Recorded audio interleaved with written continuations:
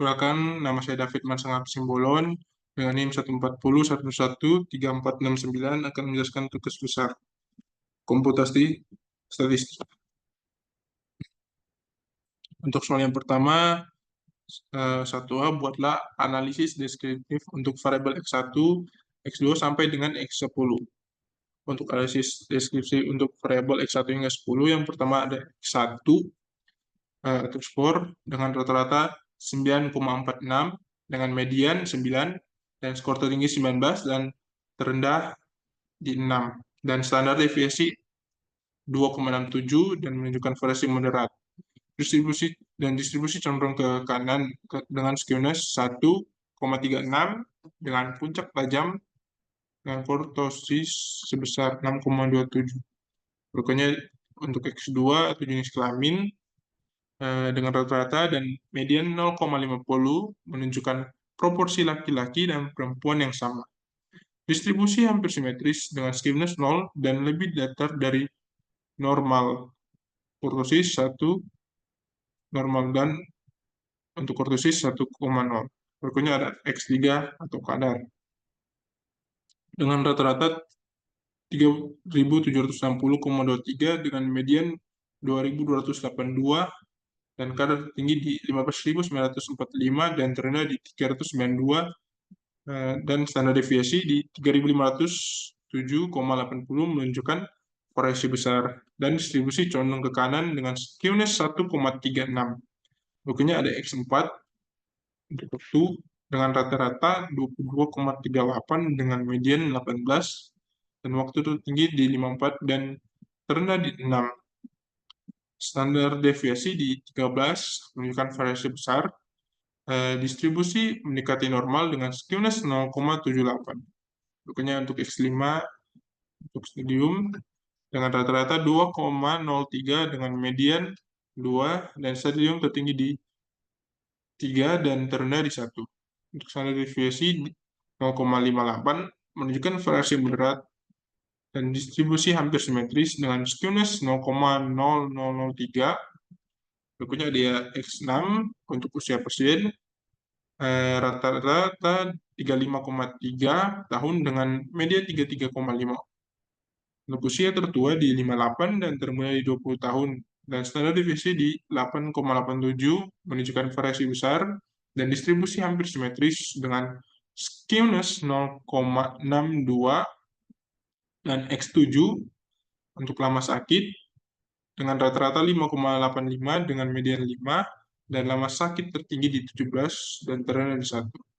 Untuk standar deviasi di 3,70 menunjukkan variasi besar dan distribusi condong ke kanan dengan skewness 0,97.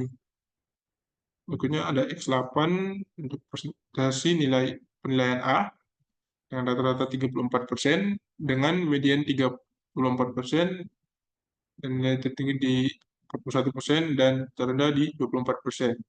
Untuk standar deviasi 0,03 menunjukkan variasi kecil.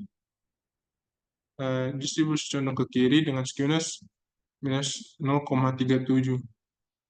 Berikutnya ada X9 presentasi penilaian B dengan rata-rata 68% dengan median 68% dan tertinggi di 88% dan terendah 50%. Untuk standar deviasi di 0,06 menunjukkan variasi kecil dan distribusi hampir simetris dengan skewness 0,16%. 0,16. Berikutnya ada X10 untuk trombosit dengan rata-rata 39.771,50 dengan median 38.900 karena tinggi di 63.600 dan terendah di 27.840 dengan standar deviasi di 7.651,588 menunjukkan variasi besar dengan distribusi hampir simetris dengan skewness 0,92. Secara keseluruhan, sebagian besar variabel menunjukkan variasi besar dan beberapa distribusi condong ke kanan atau ke kiri. Beberapa variabel mendekati distribusi normal, sementara lainnya memiliki nilai ekstrem yang sangat signifikan. Untuk berikutnya untuk 1B, saya akan menjelaskan interpretasinya. Yang pertama ada variabel dependen Y kanker adalah variabel biner yang mengidentifikasikan apakah seseorang menderita kanker dengan nilai 1 atau tidak dengan nilai 0.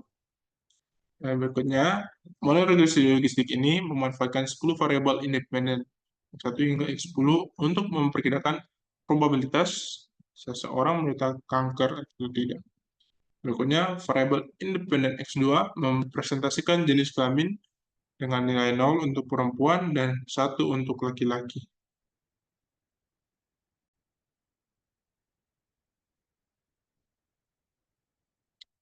Eh, Berikutnya untuk soal yang kedua, untuk menentukan model yang terbaik. Yang pertama ada uji common effect. Dan interpretasinya, yang pertama, kebijakan dividen X1 dengan koefisien regresi minus 0,348363 dengan signifikasi 0,0037 menunjukkan kebijakan dividen yang berdampak negatif signifikan pada kebijakan hutang. Semakin besar dividen, semakin rendah penggunaan hutang. Punya profitabilitas X2. Koefisien regresi 0,189264 dengan signifikasi 0,6095 menunjukkan profitabilitas tidak signifikan mempengaruhi kebijakan hutang, dan tingkat keuntungan tidak langsung mempengaruhi penggunaan hutang. Berikutnya, likuiditas tiga dengan koefisien regresi min 0,075197 dengan signifikasi 0,0001 menunjukkan likuiditas berdampak negatif signifikan pada kebijakan hutang, dan dengan semakin tinggi likuiditas maka semakin rendah penggunaan hutang. Berikutnya ada pertumbuhan perusahaan tersempat dengan koefisien regresi min 30,33975 dengan signifikasi 0,0262 menunjukkan pertumbuhan perusahaan berdampak negatif signifikan pada kebijakan hutang. Semakin tinggi pertumbuhan, maka semakin rendah penggunaan hutang.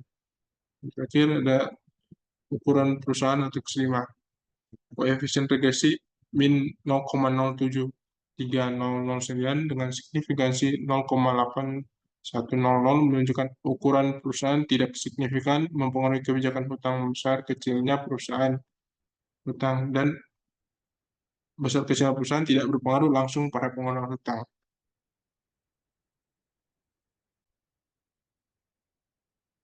Berikutnya untuk berikutnya itu uji fixed effect. Dan dari hasil analisis mengidentifikasikan bahwa profitabilitas X2 dan likuiditas atau X3 memiliki pengaruh signifikan terhadap kebijakan hutang.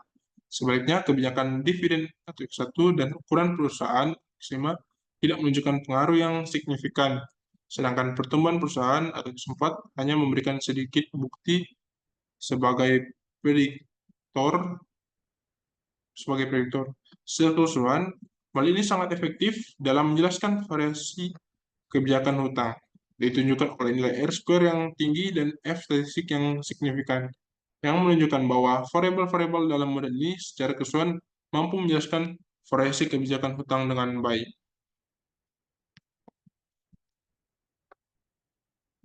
Dari kedua model ini, probabilitas yang sangat kecil untuk kedua uji menunjukkan bahwa model fixed effect lebih baik dibandingkan model common effect. Dengan demikian, saya menolak hipotesis nol yang menyatakan bahwa model common effect lebih baik. Ini berarti bahwa model fixed effect lebih sesuai digunakan dibandingkan model common effect untuk data ini.